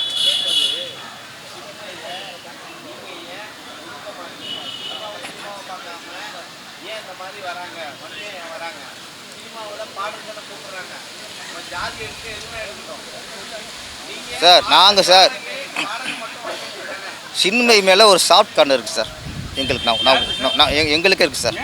ஏன்னா அவங்க உண்மையோ பொய்யோ சார், ஒரு விஷயத்தில் அவங்க ஒரு ஒரு போராடிட்டு இருந்திருக்காங்க. இன்னொன்று, பல வருஷமாக அவங்கள வந்து டப்பிங் பேச விடலை, எங்கேயும் பாடவும் இல்லை. அதெல்லாம் மீறி இப்போ தான் அவங்க வந்து இப்போ இந்த ஏஆர் ரஹ்மான் ஒரு இந்த ஆமாம் தக் லைஃப் தான் அவங்க பாடினாங்க, பாடி திருப்பி ஒரு என்ட்ரி வராங்க. அப்போ ஒரு பாடகியாக ஒரு ஒரு ஒரு கலைஞராக வந்து நாங்கள் அப்போ எல்லாத்தையும் மீண்டு வராங்க அப்படின்னு பார்க்கணும் தவிர திருப்பி அவங்கள ஆராய்ச்சி பண்ணுறதுல இப்போ இல்லை. அவங்களும் சினிமா கலைஞர் தான், ஒரு பாடகி தான். அந்த ஒரு ஸ்டாப் பண்ண திருப்பி வந்துட்டாங்க, ஓகே திருப்பி அவங்க தொழில் பார்க்கணும்னு நினைக்கிறோம். இப்போ கூட மோகன்ஜி வந்து போரெலாம் கொடுத்தாரு என்ன சார்ன்ட்டு. நான் இப்போ ஓப்பனாக சொல்கிறேன், எங்கள் சங்கம் வந்து ரொம்ப ஸ்ட்ராங்காலாம் போகல, சும்மா போயிருங்க, அவங்க லேடி ரொம்ப போட்டு அவங்களாம் பண்ண வேணாம் அப்படிங்கிற சொல்லி தான் மோகன்ஜியை சமாதானப்படுத்திட்டோம். அதுக்கப்புறம் தான் அவர் வந்து ஓகே அவங்க மன்னிப்பும் கேட்க வேண்டாம், ட்விட்டர்லையும் எடுக்க வேண்டாம், நான் வந்து என் சாங்கு எடுத்துக்கிறேன் சார், நீங்கள் அதில் இது வரக்கூடாது சார், அது அவங்க இஷ்டம்ட்டேன்.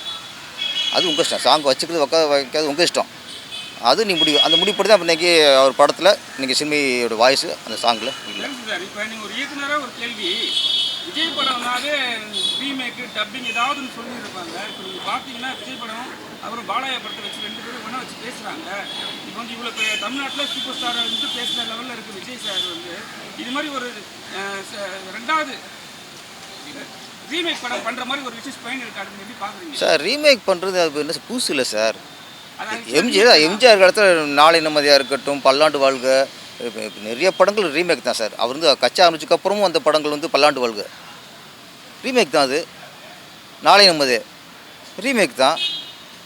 விஜய் சார் படம் கில்லி, எத்தனை படம், நிறைய படங்கள், போக்கிரி எல்லாமே ரீமேக் தான். அவர் புதுசாக ஒன்றும் ரீமேக் பண்ணல, அவர் நிறைய படங்கள் ரீமேக் பண்ணியிருக்காரு. இந்த படம் இது வந்து நீங்கள் அரசியல்வாதியாக பார்க்க, நடிகராக பாருங்கள் விஜய் சாரை. அவர் ரீமேக் பண்ணார், ஒரிஜினல் பண்ணார், அவர் இஷ்டம் சார். ரீமேக் பண்ணுறதுன்னு அவ்வளோ என்னமோ தேசத்துறை மாதிரியே அது ஒரு ட்விட்டர் போட்டு அதில் போட்டு ரீல்ஸ் போட்டு ஒரு படத்தை ரீமேக் பண்ணுறதும் ஒரிஜினல் கதையை பண்ணுறதும் அந்த நடிகரோட இஷ்டம், அந்த தயாரிப்போட இஷ்டம். இதில் போய் கிண்டல் பண்ணுறதுக்கோ எல்லாம் ஒன்றும் வழியில். இது சினிமா வேறு, அரசியல் வேறு. தீர்ப்பு வந்துருச்சு, என்ன வந்திருக்கு எனக்கு தெரியலையோ. தீபம் ஏற்றலாம்னு சொல்லி கொடுத்துட்டாங்க. இந்த தீர்ப்பே தான் ஏன் அதை இது பண்ணுறீங்கன்னு சொல்லியிருக்காங்க. உங்கள் கருத்து என்ன? சேகர் பாபுக்கு ஆக்சுவலி திருப்பரங்குன்றம் அப்படிங்கிறது அது மட்டும் இல்லை, 6 படை முருகர். அது வந்து புராண காலத்திலிருந்து காலங்காலமாக 1000 2000 வருஷம் முன்னாடிலிருந்தே குன்று இருக்கும் இடம்லாம் கோமன் இருக்கும் இடம். ஓகே, அப்போ திருப்பரங்குன்றது முதல்ல முருகர் மலை. முருகர் மலை அது முருகருக்கு சொந்தமானது. அந்த முருகர் மலையில் அவங்க எங்கே வேணாலும் விளக்கத்துவாங்க சார். அந்த திருப்பரங்குன்றம் மலையில் எங்கே வேணாலும் விளக்கத்துவாங்க. அது இந்துக்களோட உரிமை, அவங்க இஷ்டம். அதில் வந்து ஏற்றக்கூடாதுன்னு எந்த முஸ்லீம் சொல்லலை, எந்த கிறிஸ்தவரும் சொல்லலை. ஏற்றக்கூடாது சொன்னது யாருன்னா அரசாங்கம். ஒரு அங்கே வந்து சிக்கந்தர் மலையில் இருக்காங்க, அங்கே இருக்கவங்க வந்து சொன்னாங்கனாலும் ஒரு ரீசன் இருக்குது. ஓகே, ஏதோ மத விஷயங்கள்ன்ட்டு ஒரு முஸ்லீமும் சொல்ல சார் ஏற்றக்கூடாதுன்ட்டு. அரசாங்கம் சொல்லுது சார். ஓகே, கோர்ட்டு தீர்ப்பு வந்துருச்சு சார். கோர்ட்டு தீர்ப்பு வந்து ஏற்றுறாங்க, அதையும் மதிக்கிறாங்க சார். யார் மதிக்கிறா? அரசாங்கம் சார். தடுக்குது சார் ஏற்றக்கூடாதுன்ட்டு.